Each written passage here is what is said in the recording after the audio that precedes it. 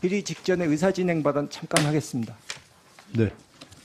예, 이번에 진행된 그 한일 정상회담 이후에 한일 정부 언론 사이에서 계속 진실 게임이 진행되고 있습니다. 독도 위안부 이런 언급이 없었다고 없었다는 말을 한국 쪽에선 하고 일본 쪽에선 있었다고 하고, 또 일본 외신은 뭐 후쿠시마 농수산물 수입 문제까지 얘기했다고 하는데 정부는 명확하게 대답을 못하고 있고, 외교부는 강제동원 해법과 관련해서 법리적 검토했다고 하는데 이에 대해서 명확한 자료 제출을 못하고 있습니다. 구상권 청구 포기도 안 한다고 했는데 대통령은 또 딴 얘기를 합니다. 그래서 정상회담 후에 지금까지 논란이 된 사안을 정리해 보자면은 좀 전에 말씀드린 것 말고도 뭐 강제동원 해법, 질소미아 종료 카드 포기, 사도광산 뭐 한 건 한 건 이거 세부적으로 질의하기도 복잡하고 어려운 현안입니다. 여기 계신 여야 의원님들께서 다 현안 보고를 듣고 돌아가면서 짧은 시간 안에 장관에게 질의하는 거 가지고는 매우 부족하다고 느껴지고요. 이런 중요한 외교 사안이 터진 상황에서 이 국민들의 눈이 지금 우리 외교통일위원회를 향하고 있습니다. 이런 국민들의 불안감과 의구심을 해소시켜 드리기 위해서라도 이 국정조사가 필요하다고 생각되는데요. 만약 국정조사가 어렵다면 이 외통위 차원에서 청문회라도 이루어질 수 있도록 위원장님께 요청을 드립니다. 예, 하여튼 그 부분에 대해서는 좀 더 심도 있는 그런 고민들을 이후에 말씀드리고 또 합의가 이끌어지면은 고민을 해보겠습니다. 자, 우리 질의해 주시죠.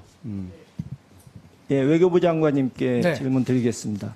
지금 뭐 언론에서는 이것을 무슨 친일 반일 프레임으로 자꾸 몰아가려고 하는데, 사실 국민들이 분노하고 있는 부분, 비판하는 부분은 윤석열 대통령이 이번 문제를 다루는 데 있어서 보여준 오만, 불통, 무능, 독선 이런 것 때문에 빚어진 또 하나의 외교 참사 문제라고 저는 생각합니다.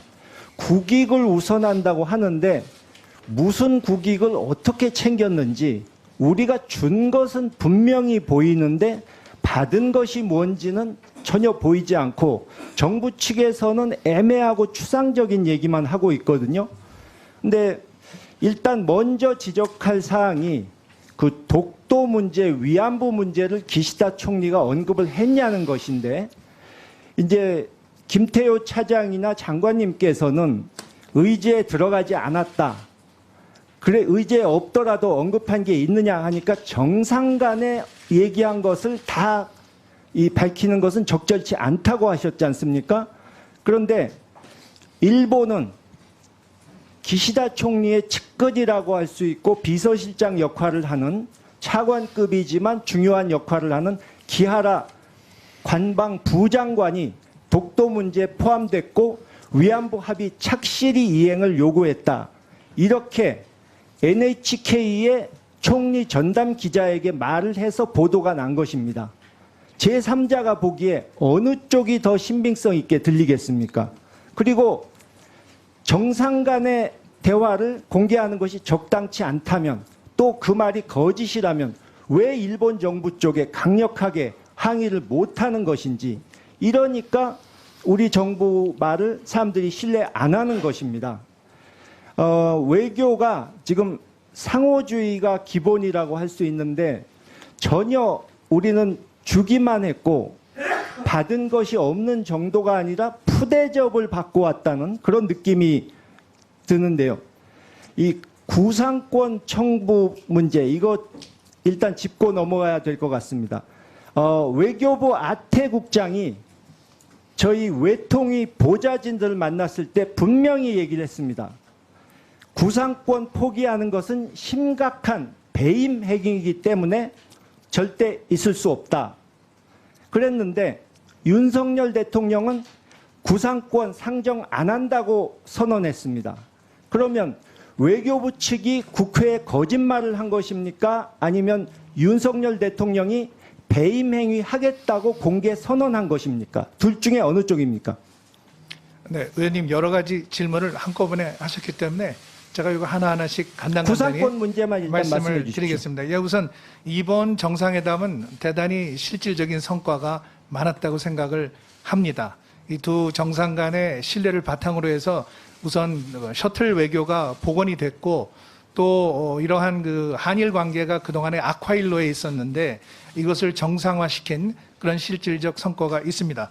또 경제 면에서도 한일 관계가 개선되면 연간 우리 수출액이 약 3조 5천억 정도 증가하는 걸로 분석이 되고 있습니다. 또 경제 성장률도 증가를 하게 되고요. 구상권 또 문제 먼저 좀 답을 네, 해 주십시오. 말씀드리겠습니다. 또 반도체 핵심 소재 그 산품목에 대한 수출 통제가 풀리면서 우리 안정적인 그 공급망 확보가 예상이 됩니다. 그 말씀하신 독도나 위안부 이 문제는 정상회담에서 논의된 바 없습니다. 그 이번에 정상회담은 지난번에 그 대법원 판결에 따른 그 강제징용 판결금을 해결하는 정부의 해법에 대해서 일본 측에 설명을 하고 또 경제 안보 분야에서 앞으로의 협력 방안에 대해서 논의하는 데 중점을 두었습니다. 그렇기 때문에 북한의 미사일에 대한 대응이라든지 또 공급망이나 기술 협력에 관한 문제들이 많이 논의가 되었습니다. 구상권은 저희가 이번에 어렵게 우리 한국의 수혜 기업들을 통해서 강제동원 지원 재단 이 제3자 변제를 하는 방식으로 이 판결금 지급이 이루어질 경우에 그러한 지급이 원활히 이행이 되고 한일 관계가 진전이 되면 다시 구상권을 행사하는 것은 거론할 그런 그 성질이 아니다 이렇게 판단을 하고 있습니다. 그것을 그 이 제3자 변제를 통해서 이것을 해결을 하는데 또 구상권을 행사한다면 애당초 강제 집행을 하는 것과 다를 바가 없고 이것은 한일 양국의 미래를 위해서 바람직하지 않기 때문에 정부의 입장으로서는 구상권 행사를 상정하고 있지 않다. 그럼 이렇게 이해해 외교부 주시면 측에서 처음 되겠습니다. 얘기한 건 거짓말이네. 외교부에서 실무적으로 국회에서 말씀드린 것도 제가 지금 드린 말씀하고 같은 맥을 가지고 있다고 생각을 합니다. 좋습니다. 근데 지금 일본에서 대부분의 국민들이 제대로 대통령이 얻어온 것이 없다. 또 과거사 문제에 있어서도 뭐 김대중 오부지 선언을 계승한다고 말을 하셨는데 사실상은 98년 선언을 포함한 과거 내각의 입장을 계승한다고 했을 뿐이고 아베 내각처럼 과거사를 부정하는 내각의 입장도 계승한다는 뜻이기 때문에 별로 의미가 저는 없다고 생각합니다. 그리고 아베 내각에서 이미 김대중 오부지 선언은 일본에 의해서 파기된 거라고 저는 보고 있습니다. 근데 이번에 우리 측이 너무 먼저 저자세로 일본에게 모든 것을 양보했기 때문에 일본이 배가 불러서 자기들이 내놓을 이유가 없었겠지만 우리 쪽에서 협상을 포기해 버렸기 때문에 저는 또 하나의 이유는 과거사 문제에 있어서 과연 윤석열 대통령이 장담은 했지만 그것을 해결할 수 있을지 앞으로 산적한 법적인 문제라든가 피해자들이 3자 변제 부분을 거부하고 있는 것을 윤석열 대통령이 해결할 수 있을지 의구심을 갖고 있기 때문에 일본에서는 과연 믿을 수 있을까 하는 이런 태도를 보인 게 아닌가 저는 그렇게 봅니다. 장관께서는 어떻게 생각하십니까? 그 지금 말씀하신 그 98년 10월 김대중 오부지 공동선언은 일본의 역대 내각들이 그 역사 인식을 발표한 내용 중에서도 대단히 중요한 그런 그 위치에 있습니다. 식민지 지배 전체에 대해서 통절한 반성과 마음으로부터의 사죄를 담은 그러한 공동선언입니다. 그동안에 김대중 오부지 선언이 죽어 있었는데 25년 만에 다시 살려냈다 이렇게 생각을 합니다. 앞으로 이러한 김대중 오부지 선언을 포함한 역대 내각의 역사 인식을 일본이 충실하게 그리고 일관되게 이행하도록 계속 촉구할 것입니다. 자, 수고했습니다.